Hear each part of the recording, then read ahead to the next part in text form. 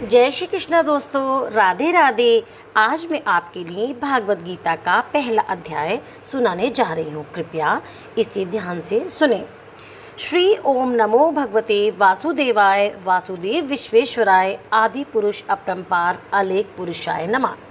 जगत बंधु ज्योति स्वरूप जिय की जाननहार, हरि यश मांगन आयो दास प्रभु के द्वार।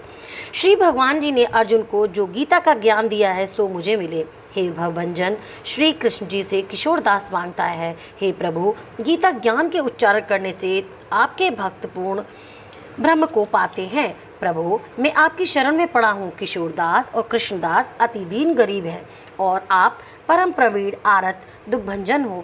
हे श्री कृष्ण भगवान, तेरे संतों और भक्तों के हेतु मैं ये ज्ञान भाषा में कहता हूँ। श्री गीता जी के ज्ञान की कथा प्रारंभ। जब कौरव पांडव महाभारत के युद्ध को चले तब राजा धृतराष्ट्र ने कहा, मैं भी युद्ध को देखने चलूँगा।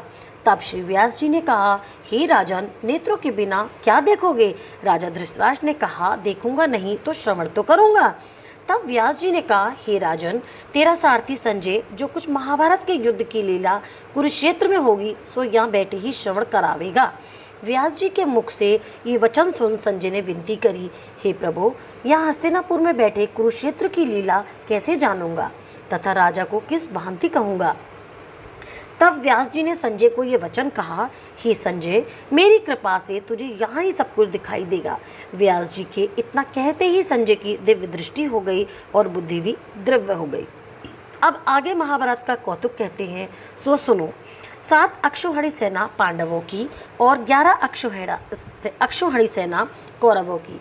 ये दोनों सेनाएं कुरुक्षेत्र में जब एकत्रित हुईं तब राजा धृतराष्ट्र ने पूछा, हे संजय, धर्म के क्षेत्र कुरुक्षेत्र में युद्ध की इच्छा से एकत्रित हुए मेरे और पांडु के पुत्रों को ने क्या किया? संजय ने कहा, पांडवों की सेना को व्यूहत देखकर दुर्योधन आचार्य द्रोण के समीप जाकर कहने लगे, हे आचार्य, देखिए, आपके शिष्य बुद्धिमान द्रुपद पुत्र ने पांडवों की बड़ी सेना की कैसी व्यूह रचना की है।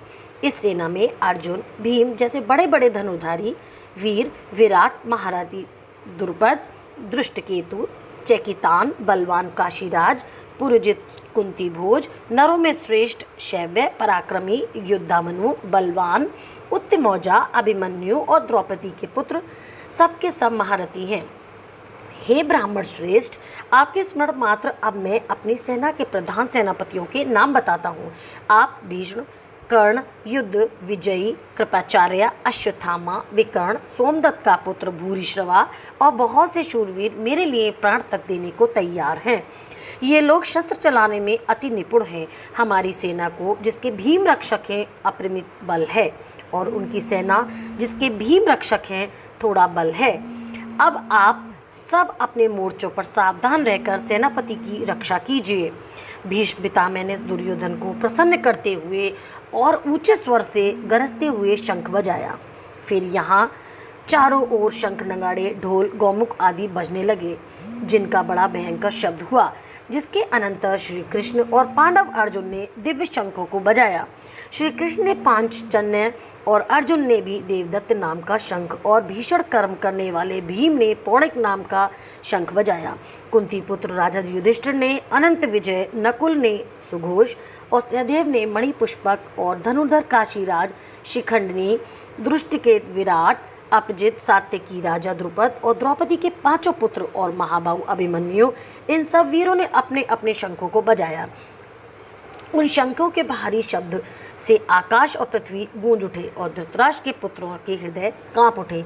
हे राजन, अर्जुन ने कौरवों को युद्ध के लिए प्रस्तुत देखकर धनुष उठाकर श्री कृष्ण जी से कहा, हे अच्युत, मेरा रथ दोनों सेनाओं के बीच खड़ा कीजिए, जिससे मैं युद्ध करने वालों को देख लूं कि इस रणभूमि में मुझे किन किन के साथ में युद्ध करना चाहिए। दुर्बुद्धि दुर्योधन से प्रीति करने वाले जो युद्ध के लिए यहाँ एकत्रित हुए हैं उनको मैं देखना चाहता हूँ। संजय ने कहा, हे राजन, अर्जुन की बात सुनकर श्री कृष्ण भगवान ने भीष्म, द्रोण आदि वीरों के सामने उत्तम रथ को खड़ा करके कहा कि हे वीर, युद्ध के लिए उद्धत इन कौरवों को देख लो। अर्जुन ने चाचा, बाबा, गुरु, मामा, भाई, पुत्र, पौत्र, मित्र, ससुर और स्वजनों को शस्त्रों से सुसज्जित खड़े हुए देखा और उसने इन दोनों सेनाओं से अपने ही बांधवों को देखकर परम दर्यात होते हुए ये वचन कहे, हे कृष्ण, युद्ध की इच्छा से आए हुए इन अपने बंधुओं को देख मेरे अंग ढीले होते हैं और मुख सूखा जा रहा है, मेरा शरीर बेकार होता जा रहा है, गांडीव हाथ से गिरा जा रहा है। हे केशव, मुझे यहाँ खड़े रहने की सामर्थ्य नहीं है और सब लक्षण मैं उल्टे ही देख रहा हूँ और संग्राम में अपने स्वजनों का वध करके कोई लाभ नहीं होगा।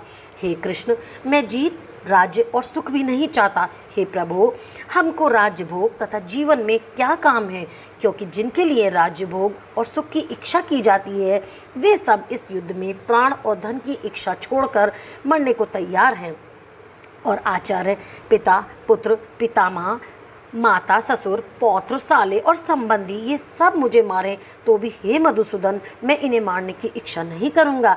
हे जनार्दन, त्रिलोकी के राज्य के लिए भी मैं इन्हें मारना नहीं चाहता, फिर इस पृथ्वी के राज्य के लिए तो कहना ही क्या। हे जनार्दन, धृतराष्ट्र के पुत्रों को मारकर हमारा क्या भला होगा, इसलिए हमें अपने भाई धृतराष्ट्र के पुत्रों को मारना अनुचित है। ये सब लोभ के वशीभूत है और कुल का नाश करने तथा मित्र द्रोह करने में पाप को नहीं देखते। कुल नाश के दोष को जानते हुए भी हमको इस पातक से क्यों नहीं दूर रहना चाहिए। कुल का नाश होने से कुल के प्राचीन धर्म नष्ट हो जाते हैं, फिर धर्म नाश होने से कुल में पाप बढ़ता है। हे कृष्ण, पाप से कुल की स्त्रियां व्याधिचारिणी होती हैं, जिससे वर्णशंकर संतान उत्पन्न होती है। वे वर्णशंकर जिन पुरुषों ने कुल को नष्ट किया है उनको तथा उस कुल को नरक पहुंचाते हैं, क्योंकि श्राद्ध तर्पण आदि बंद हो जाते हैं। वर्णशंकर बनाने वाले दोषों से कुल धंधसों के जाति धर्म और कुल धर्म निरंतर नाश होते हैं। हे जनार्दन, मैंने बार बार सुना है कि कुल धर्म नष्ट होने से निश्चय नरक वास करना होता है। हाय, हम बड़ा पातक करने को तैयार हैं, जो राज्य सुख के लोभ से स्वजनों को मारने की कोशिश कर रहे हैं। शस्त्रों को धारण किए हुए धृतराष्ट्र के पुत्र यदि मुझ शस्त्र रहित और उपायहीन का रणभूमि में वध कर डालें तो मेरा बहुत कल्याण हो। संजय ने कहा, हे राजन, यह कहकर दुखित होकर अर्जुन ने धनुष बाण फेंक दिया और रथ के पिछले भाग में जा बैठा। इति श्रीमद्भागवत गीता सूपनिषद सुब्रह्म विद्या योग शास्त्रे श्री कृष्ण अर्जुन संवादे विषाद योगी नामक प्रथमो अध्याय संपन्न। बोल कृष्ण भगवान की जय। पहले अध्याय का महात्म। एक समय पार्वती जी ने पूछा, हे महादेव जी, किस ज्ञान के बल से आपको ये संसार लोग शिव कहकर पूजते हैं? मृगशाला ओढ़े, अंगों में शमशानों की विभूति लगाए, गले में सर्प और मुंडों की माला पहन रहे हो, इसमें तो कोई पवित्र नहीं। फिर आप किस ज्ञान से पवित्र हो, वे आप कृपा करके मुझसे कहिए। श्री महादेव जी बोले, हे प्रिय, सुनो, गीता ज्ञान को हृदय में धारण करने से मैं अत्यंत पवित्र हूँ और उस ज्ञान से बाहर मुझे कर्म व्याप्ति नहीं। तब पार्वती जी ने कहा, हे भगवान, जिस गीता ज्ञान की आप ऐसी स्तुति करते हैं उसके श्रवण करने से कोई कृतार्थ भी हुआ है? तब महादेव जी ने कहा, इस ज्ञान को सुनकर बहुत जीव कृतार्थ हुए हैं और आगे भी होते रहेंगे। मैं तुमको एक पुरातन कथा सुनाता हूँ, तुम श्रवण करो। एक समय पाताल लोक में शेष नाग की शैया पर श्री नारायण जी नैन मूंदकर अपने आनंद में मग्न थे। उस समय भगवान के चरण दबाती हुई श्री लक्ष्मी जी ने पूछा, हे प्रभु, निद्रा और आलस उन पुरुषों को व्यापता है जो जीव तामसी होते हैं, फिर आप तो तीनों गुणों में अतीत हो।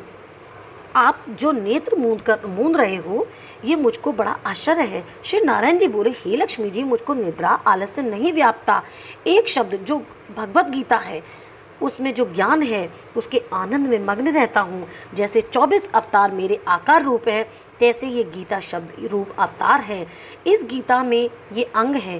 5 अध्याय मेरा मुख, 5 अध्याय मेरी भुजा, 11वां अध्याय मेरा हृदय और मन है, 16वां अध्याय मेरा उदर और 17वां अध्याय मेरी जांघ है, 18वां अध्याय मेरे चरण हैं।